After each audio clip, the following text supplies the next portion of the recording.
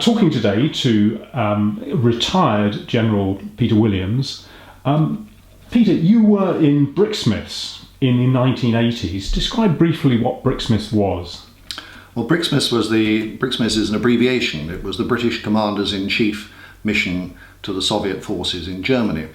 It was set up at the end of the war in 1946 in order to ensure reciprocal liaison between the Soviet occupying powers in what became East Germany and the British occupying power in what was later to become West Germany. So it was a liaison organisation between two military commanders. And it lasted the length of the Cold War, didn't it? It lasted from 1946 until the eve of German reunification. So it and its Soviet equivalent in West Germany, and the same for the French and Americans, who also had reciprocal missions with the Soviets. These were all closed down on the 2nd of October 1990, the day before German reunification. And how did the touring missions change over the period of time? Because you were there sort of nearer towards the end than the beginning, so how were things different? Well, I think one of the most important aspects of it was the looseness of the very term liaison. Liaison is a classic foreign word borrowed by the English. It can mean all things to all people. And the agreements that the British, the French and the Americans struck separately with the Soviets were very loose about what liaison might mean. And this meant that over the course of years they went from being almost literally dispatch riders taking messages between the Soviet and British headquarters and back again to something much, much looser than that. Indeed, liaison evolved into a euphemism for intelligence collection, and so one of the great advantages of that were that the costs of the mission were paid for by the German government, and a nice loose term like liaison stopped any difficulty in trying to explain what it was that the missions did.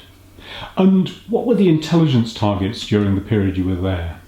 Intelligence was always a fluid situation, the objectives of intelligence. The grand intelligence objective was to see if things were still normal. Abnormality on both sides of the inner German border was always going to be a cause for rising tension.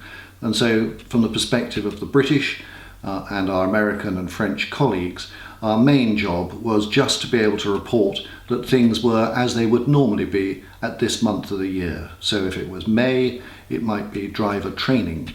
And so one would expect to find most of the Soviet army in East Germany and its East German colleagues out and about doing driver training. If they weren't doing driver training, but the vehicles weren't in barracks, that would be abnormal. And so we were trying to make sure that things were following the usual annual cycle. But from a specific perspective, there were constantly changing technical requirements. This was an era of an arms race. The Soviets were constantly fielding their newest and most technologically advanced equipment, both in the air and on the ground in East Germany. And it was our job to try and get to grips with this and to produce useful technical intelligence. And we had opportunities on the ground and of aircraft coming in and out of airfields to see aspects of Soviet technology that were not available to other attachés or indeed anybody on the ground.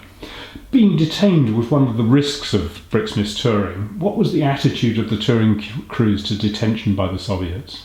Detentions could be effected by anybody, by the East German police or by the East German secret police, but more typically they were effected by the armed forces, either East German armed forces or Soviet armed forces, and they were the result, more often than not, of getting too close to military activity that was going on the ground, or indeed by airfields.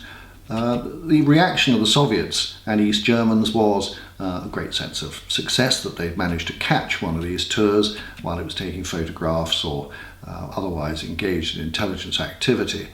And the East German secret police in particular were very keen to check and see if the equipment we were using had advanced. Were we using new intelligence equipment? Were we going for new intelligence targets? Or was this more of the same? Was this normality? People reacted differently to being arrested. It was the responsibility of the officer in a 3-man BRIXMIS crew, an officer, a sergeant and a corporal driver. The officer was the person who was responsible, and he was the person who accepted a detention. He was the one who said, all right, we've run far enough, we've been damaged, whatever, now we will surrender, as it were, to this circumstance.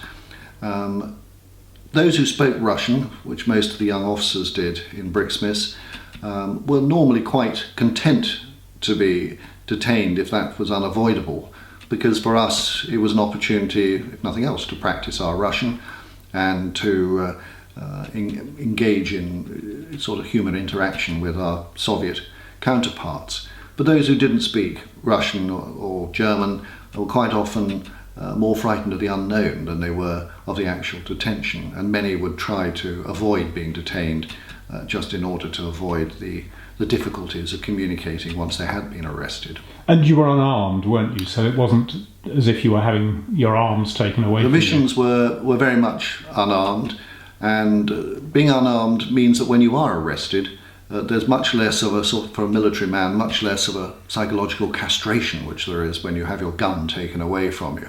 They knew we hadn't got guns. We knew there was no point in having weapons because we would always be outgunned, as it were. And so it was a better idea to be unarmed and to go quietly when an arrest was inevitable.